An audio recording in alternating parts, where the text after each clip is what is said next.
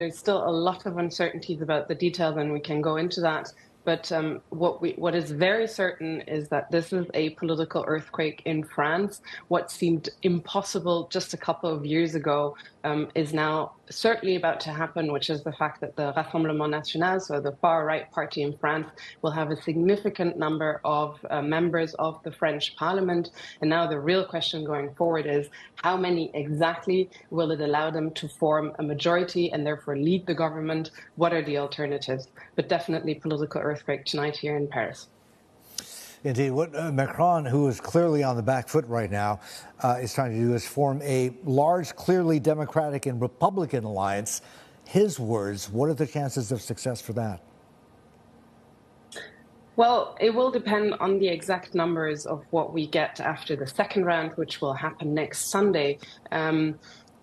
But I think currently chances are very high that we will get one form or another of a hung parliament, meaning that there's no clear majorities and that parties who are now fiercely campaigning against each other would have to collaborate in one way or another in order to form majorities that would hold. I would expect if that happens, there to be a very, very messy environment. Also, the other thing to take into account is that according to the French constitution, new parliamentary elections cannot be called within a year. So the next one only possible in a year. So we will have at least 1 year of very, very difficult situation if that happens.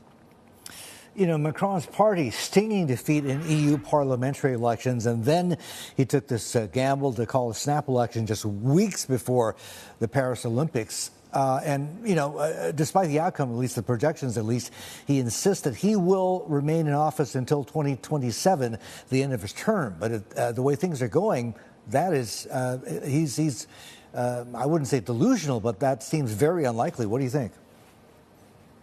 Well, very, very difficult to predict at this stage. I think it's important to know that it is his decision. So he needs to step down, he needs to resign in order for him to not be in power anymore.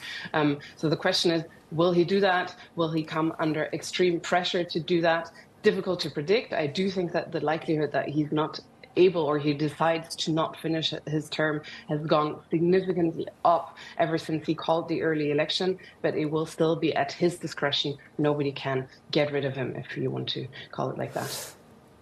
Famke, it seems as though right now, the way things are going, with this very sharp swing to the right, this is not good news for France and for the EU.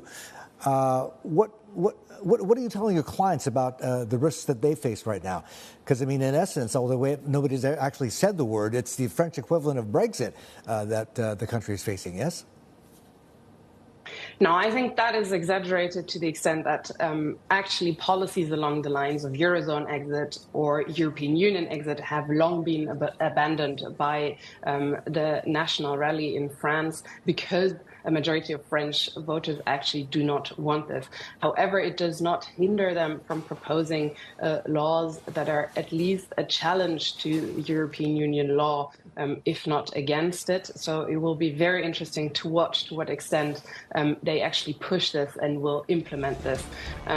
What is definitely sure is that we have a very weakened Macron, and that will have consequences at the EU level.